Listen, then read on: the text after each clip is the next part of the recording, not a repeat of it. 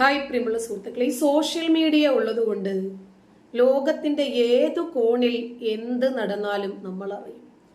എത്ര വിചിത്രമായ വാർത്തയാണെങ്കിലും, എത്ര സെൻസർ ചെയ്യേണ്ടുന്ന വാർത്തയാണെങ്കിലും, ആരുടെ മാനമോ അഭിമാനമോ വ്യക്തിത്വമോ അവരുടെ യഥാർത്ഥ സ്വഭാവമോ എന്തു തന്നെയായിരുന്നാലും ഞൊടിയിടയിൽ നമുക്കതറിയാൻ കഴിയും. തന്നെയുമല്ല, അതിലേറെ രസകരം, അതിനെ സംബന്ധിക്കുന്ന നമ്മുടെ അഭിപ്രായങ്ങൾ തുറന്നു പറയാൻ ഒരു അവസരവും ജൂതന്റെ മീഡിയയിലുണ്ട്. ഇത് ഏകപക്ഷീയമല്ല എന്നർത്ഥം. ഇപ്പോ ബ്രിട്ടീഷ് സൈനിക വിഭാഗത്തെ മുഴുവനും നാണം കെടുത്തി അപ്പാച്ചെ AH-64 ഹെലികോപ്റ്ററുമായി ബന്ധപ്പെട്ട ഒരു വാർത്തയാണ് പരക്കുന്നത്. ബ്രിട്ടീഷ് സൈന്യത്തിലെ 2 ജീവനക്കാർ അപ്പാച്ചെയുടെ ഈ കോക്പിറ്റിൽ വെച്ച് ലൈംഗിക ബന്ധത്തിൽ ഏർപ്പെട്ടു എന്ന വാർത്തയാണ് സമൂഹ മാധ്യമങ്ങളിൽ ഏറെ ചർച്ചയാകുന്നത്. ലൈംഗിക ബന്ധത്തിനിടയിൽ ഇരുവരും പിടിക്കപ്പെടുകയും കേസ് ചാർജ് ചെയ്യുകയും ചെയ്തു. ബ്രിട്ടീഷ് സൈനികരായ പുരുഷനും സ്ത്രീക്കുമെതിരെയാണ് കേസ്. ഇരുവരും ആ സമയം മദ്യലഹരിയിലായിരുന്നു അത്രേ. സർവീസിന് ശേഷം അറ്റകുറ്റപ്പണികൾക്കായി നിർത്തിയിട്ടിരിക്കുന്നത് പതിവാണ്. പരിശോധനകൾക്ക് ശേഷം ഹെലികോപ്റ്റർ മഴക്കോട്ടിട്ട് മൂടാൻ ജീവനക്കാരൻ എത്തിയപ്പോഴാണ് ഹെലികോപ്റ്റർ ഇളകുന്നത് ശ്രദ്ധയിൽപ്പെട്ടത്.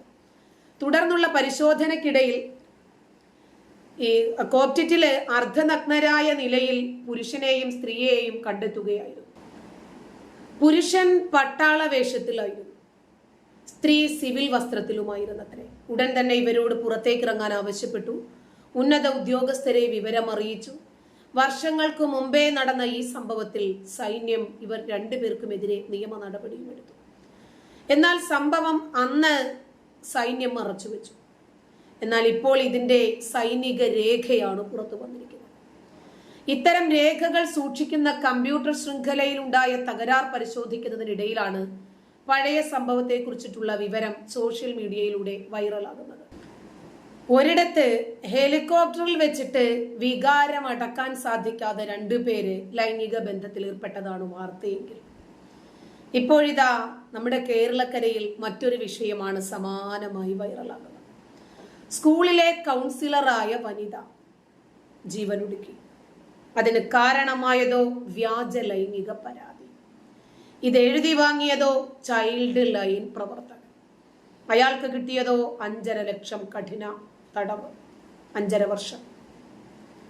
1.36 തോന്നുന്നു പിഴ. ഒരിടത്ത് റിയൽ നടന്നതാണ്. അവരിപ്പോഴും ജീവിച്ചിരിക്കുന്നു. രാജ്യത്തിന് മാനക്കേടുണ്ടാക്കിയെന്നത് നേരെ, പക്ഷെ അത് സൈനികരെ മറച്ചു വെച്ചു. ഇപ്പതാ പുറത്തു വന്നു. അവര് കൂളായിട്ട് ഇറങ്ങി നടക്കുന്നു. ഇവിടെ വ്യാജ പരാതി. ഇവർക്ക് അഭിമാനം കാത്തു രക്ഷിക്കേണ്ടി വന്നു. മറ്റുള്ളവരുടെ മുമ്പിൽ ഇറങ്ങി നടക്കാൻ പറ്റാത്തൊരവസ്ഥയെത്തി. സ്കൂളിലെ കൗൺസിലറായ വനിത വിദ്യാർത്ഥിയെ ലൈംഗികമായി ഉപയോഗിച്ചു എന്ന വ്യാജ പരാതി. 9ാം ക്ലാസ് വിദ്യാർത്ഥിനിയെ ഭീഷണിപ്പെടുത്തി. വിദ്യാർത്ഥിനിയല്ല, ആ കുട്ടിയെ ഭീഷണിപ്പെടുത്തിയിട്ടാണ് ഒരു കത്തെഴുതി വാങ്ങിയത്. ഈ കേസിലാണ് ഇപ്പോൾ വിധി വന്നത്. സംഭവത്തിൽ കൗൺസിലർ പിന്നീട് ജീവനൊടുക്കി. മൂന്നാറിലെ ചൈൽഡ് ലൈൻ പ്രവർത്തകനായിരുന്ന ഇക്കനഗർ സ്വദേശി ജോൺ എസ് എഡ്വിനെയാണ് ഇടുക്കി അതിവേഗ കോടതി ജഡ്ജി ലൈജുമോൾ ഷെരീഫാണ് ശിക്ഷ വിധിച്ചത്. പിഴത്തുക മരിച്ച അധ്യാപികയുടെ അവകാശികൾക്ക് നൽകാനും കോടതി നിർദ്ദേശിച്ചു. 2020 ഈ കേസിനാസ്പദമായ സംഭവം നടക്കുന്നത്. കൗൺസിലറോടുള്ള വിരോധം മൂലം സ്കൂളിലെ മറ്റ് അധ്യാപികമാർ പ്രതിയെ കൊണ്ട് കൃത്യം ചെയ്യിപ്പിച്ചു എന്നായിരുന്നു കേസ്. കുട്ടിയുടെ പക്കൽ നിന്ന് ഭീഷണിപ്പെടുത്തി വാങ്ങിയ പരാതി പ്രതി പോലീസിന് കൈമാറി. പിന്നീട് പോലീസ് കുട്ടിയുടെ മൊഴിയെടുത്തപ്പോൾ പ്രതി തന്നെ അടച്ചിട്ട മുറിയിൽ തനിച്ചിരുത്തി ഭീഷണിപ്പെടുത്തിയാണ് പരാതി എഴുതി വാങ്ങിയത് എന്ന് കുട്ടി മൊഴി നൽകി. അപ്പോഴാണ് ശരിക്കും പറഞ്ഞാൽ സംഭവം പുറത്തറിയുന്നത്. തുടർന്ന് ചൈൽഡ് ലൈൻ പ്രവർത്തകനെ പ്രതിയാക്കി മൂന്നാർ പോലീസ് കേസെടുത്തു. അന്നത്തെ മൂന്നാർ CI റെജി M കുന്നിപ്പറമ്പിലായിരുന്നു അന്വേഷണ ഉദ്യോഗസ്ഥൻ. പ്രോസിക്യൂഷന് വേണ്ടി സ്പെഷ്യൽ പബ്ലിക് പ്രോസിക്യൂട്ടറാണ് ഷിജോമോൻ ജോസഫാണ് കോടതിയിൽ ഹാജരായത്. അതായത് ആരോപിക്കപ്പെട്ട വ്യക്തി ജീവനൊടുക്കി. ഈ നീതി ഇനി ആർക്ക് വേണ്ടിയിട്ടാ? അതേപോലെ തന്നെ ഇന്ന് വൈറലായ മറ്റൊരു വാർത്തയുണ്ട്. 20 ലക്ഷം രൂപ ശമ്പളം കിട്ടും. ചെയ്യേണ്ടത് വേറെ ഭാരപ്പെട്ട പണിയൊന്നുമല്ല, ഇഷ്ടപ്പെട്ട ആസ്വദിച്ച് ചെയ്യാവുന്ന പണിയാണ്. സ്ത്രീകളുമായി ലൈംഗിക ബന്ധത്തിൽ ഏർപ്പെടണം. 3 മാസത്തിനുള്ളിൽ അവരെ ഗർഭിണിയാക്കണം. അതിനുവേണ്ടി ആ 20 ലക്ഷം രൂപ ശമ്പളം കിട്ടാനും ലൈംഗിക ബന്ധത്തിൽ ഏർപ്പെടാൻ ഒരുപാട് സ്ത്രീകളെ കിട്ടുമല്ലോ. നിരവധി യുവാക്കളാണ് അപേക്ഷ സമർപ്പിച്ചത്. യുവാക്കളെ ലക്ഷ്യമിട്ട് പുതിയ തട്ടിപ്പാണ് വ്യാപകമാകുന്നതായിട്ട് വാർത്ത വരുന്നത്. തൊഴിൽ രഹിതരായ യുവാക്കളെയാണ് സോഷ്യൽ മീഡിയയിലൂടെ തട്ടിപ്പ് മാഫിയ പ്രധാനമായും ലക്ഷ്യമിട്ടത്. സമ്പന്നരായ സ്ത്രീകളുമായിട്ടുള്ള ലൈംഗിക ബന്ധമാണ് മാഫിയ യുവാക്കൾക്ക് നൽകിയ വാഗ്ദാനം. 3 മാസത്തിനുള്ളിൽ ഒരു ഇടപാടുകാരിയെ ഗർഭിണിയാക്കിയാൽ 20 ലക്ഷം രൂപയും സ്വത്തിൽ ഓഹരിയുമൊക്കെയാണ് തട്ടിപ്പുകാർ മുന്നോട്ട് വെച്ചത്. ഇതിലാരും വീഴുമല്ലോ. പ്രലോഭനങ്ങൾ വിലമതിക്കാനാകാത്തതാണല്ലോ. ഭാരപ്പെട്ട ജോലിയുമില്ല. വാഗ്ദാനം നൽകിയ സ്ക്രീൻഷോട്ടുകൾ സോഷ്യൽ മീഡിയയിൽ വ്യാപകമായി പ്രചരിച്ചു. ഫേസ്ബുക്ക് വഴിയാണ് സംഘത്തിന്റെ തട്ടിപ്പ് നടത്തിയത്. ജോലി എന്താണ് എന്ന് ആദ്യം തന്നെ ഇവർക്ക് വിവരിച്ചു നൽകും അപേക്ഷകർക്ക്. പിന്നീട് താല്പര്യം കാണിക്കുന്നവരിൽ നിന്ന് മുൻകൂറായി ഒരു തുക ആവശ്യപ്പെടും. പണം നൽകിയാൽ പിന്നെ ഇരുവരുമായി ഒരു ബന്ധവും കാണിക്കില്ല. ഇവരുമായിട്ട് നമ്മൾ കുറച്ചു മുമ്പ് കണ്ടതാണ്, കുറേ പാർസൽ വരും. ആ പാർസലിനകത്ത് ഗോൾഡ് കോയിൻ ഉണ്ട്, മൊബൈൽ ഫോൺ ഉണ്ട്, കുറെ ഡോളറുകളുണ്ട്, വില കൂടിയ ഇലക്ട്രോണിക് ഉപകരണങ്ങളുണ്ട്. പക്ഷേ ഇവിടെ ഒരു പ്രശ്നമുണ്ട്. അത് നമുക്ക് കിട്ടണമെങ്കിൽ നമ്മൾ മുൻകൂറായിട്ട് കുറച്ച് പണം കൊടുക്കണം. അപ്പൊ നമ്മൾ പറയും, എന്നാ പിന്നെ ആ പണം അതിനകത്ത് നിന്ന് എടുത്തു. ഇല്ല, ആ പണം നിങ്ങൾക്ക് മാത്രമേ എടുക്കാൻ പറ്റൂ. തട്ടിപ്പ് എൻ്റെ അടുത്തും വന്നിട്ടുണ്ട്, പക്ഷെ ഞാനത് കൃത്യമായിട്ട് തിരിച്ചറിഞ്ഞു. എത്രയാ? 33,000 രൂപയാണ് ചോദിക്കുന്നത്. അത്ര അടച്ചു കഴിഞ്ഞാൽ നമുക്ക് കോടികൾ വിലമതിക്കുന്ന സമ്മാനമാണ് കിട്ടാൻ പോകുന്നത്. അപ്പൊ അത്യാഗ്രഹികളായ ആളുകളും അധ്വാനിക്കാൻ താല്പര്യമില്ലാത്തവരും പെട്ടെന്ന് പണക്കാരാകാൻ വേണ്ടിയിട്ട് മാർഗം അന്വേഷിച്ച് നടക്കുന്ന ആളുകളും കൂടും കുടുക്കയും വിറ്റിട്ടെങ്കിലും ഈ 33,000 രൂപ കൊണ്ടുപോയി അടയ്ക്കും.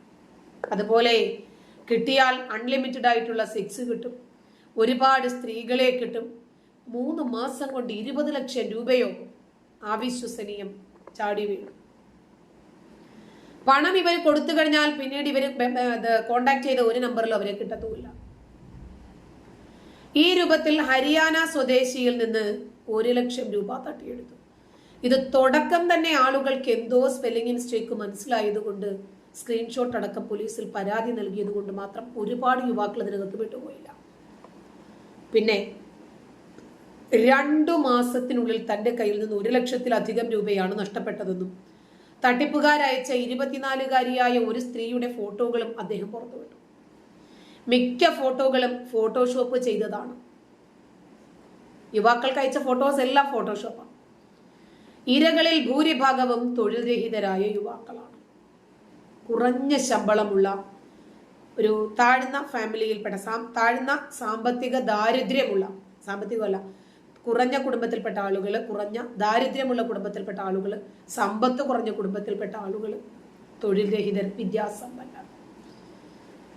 എങ്ങനെയും പണം സമ്പാദിക്കാൻ ആഗ്രഹിക്കുന്ന പാവപ്പെട്ട ആളുകൾ ഇതിനകത്ത് വീണുപോകും. ഇപ്പോ ഇതിനകത്ത് 1000-കണക്കിന് ആളുകൾ പെട്ടുപോയാലും 10,000-കണക്കിന് ആളുകൾ പെട്ടുപോയാലും അവർ പരാതിപ്പെട്ട് മുന്നോട്ട് വരില്ല. കാരണം എന്താ? ഇവരുടെ ലൈംഗിക മോഹവും സാമ്പത്തിക മോഹവുമാണ് ഇവരെ കൊണ്ട് ഇത് ചെയ്യിപ്പിച്ചത്. അപ്പോൾ പുറത്തു പറഞ്ഞാൽ നമ്മളെ തന്നെ മാനം പോകുമെന്ന് അവർക്കറിയാം. അതുകൊണ്ട് അവരതിന് നിന്നിട്ടില്ല. പക്ഷേ മാനാഭിമാനമല്ല പ്രധാനം. ഈ തട്ടിപ്പുകാരുടെ യഥാർത്ഥ മുഖം പുറത്തു കൊണ്ടുവരണം. ഒരുപാട് ആളുകൾ, തൊഴിൽ രഹിതരായ ആളുകളുടെ സമ്പത്ത് പോകരുത്, മാനം പോകരുത്, അവർ പെട്ടുപോകരുത്. അതുകൊണ്ട് ഇതിനകത്ത് പരാതിപ്പെടാൻ ഒരാള് തയ്യാറായപ്പോൾ 1000 പേരെ ഈ തട്ടിപ്പിൽ നിന്ന് രക്ഷപ്പെടുത്താൻ സാധിച്ചില്ലേ? ഇത്തരം തട്ടിപ്പുകൾക്ക് ജാഗ്രതയോടുകൂടി കാത്തിരുന്നാൽ നല്ലത്. എന്തെല്ലാം വ്യത്യസ്തമായ രൂപത്തിലാണ് ഇതൊക്കെ നടക്കുന്നത്. ആലോചിച്ച് നോക്കണം. ഒരു രാജ്യത്ത് ഒരു രൂപം, ഹെലികോപ്റ്ററിൽ സെക്സ് ചെയ്യുന്നു, മറ്റൊരിടത്ത് ഒരു വ്യാജ ആരോപണം, 9ാം ക്ലാസ്സിലെ കുട്ടികളെ കൊണ്ട് എഴുതി വാങ്ങിപ്പിക്കുന്നു, ആ സ്ത്രീ ജീവൻ എടുക്കുന്നു. ആലോചിച്ച് നോക്ക്. 6 നാട്ടിൽ 100 രീതികളാണ് ഈ നടക്കുന്നത്. എല്ലാം തട്ടിപ്പിന്റെ ഓരോ വേർഷൻസ് ആണെന്ന് മാത്രം. നന്ദി.